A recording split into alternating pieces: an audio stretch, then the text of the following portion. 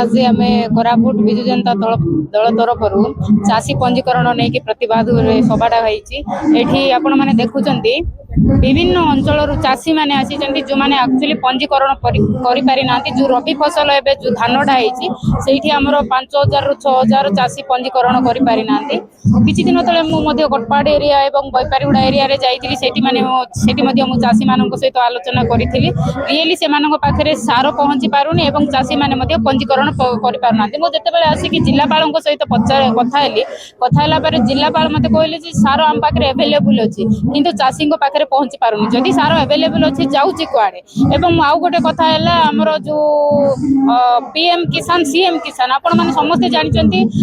माने 2000 टंका दिया बड़ बड़ मेला प्रोग्राम करके दिया मु जहाँ जानवा पाइली जदि जड़े चाषी पीएम किसान रे अंतर्भुक्त अच्छी से सीएम किसान रु कटि जाउची एवं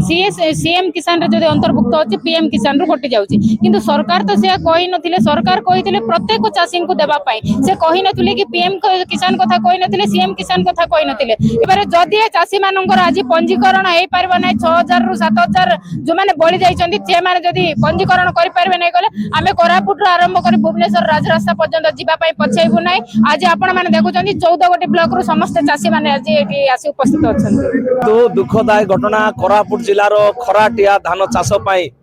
जो चाषी मानकर पंजीकरण होतिला ना रजिस्ट्रेशन होतिला पाखापाखि 5000 चाषी मानकर ना कटा हो जाइए से माने जानी पारले नाई भितरिया कारबार करी चाषी मानकर रजिस्ट्रेशन हो जाइए जहाँ जना पड़ुची सी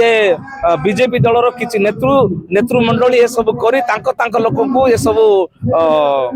रजिस्ट्रेशन करा जाइए आउरी गरीब लोक मान चाषी मानकर ना पंजीकरण करा जाय नै तेणुक आज आमर डिमांड होला राज्य सरकार को कोरापुट जिलापाल जरिया ये 5000 लोकंकर जो ना कटा जाइए ताकू पंजीकरण करा जाऊ आउ थरे ना रजिस्ट्रेशन करा जाऊ आउ खराटिया धान चाषर से धान किणवा सुजोग दिया जाऊ जदि न दिया जाए आगामी दिन में राजरास्तार लड़ाई हबो।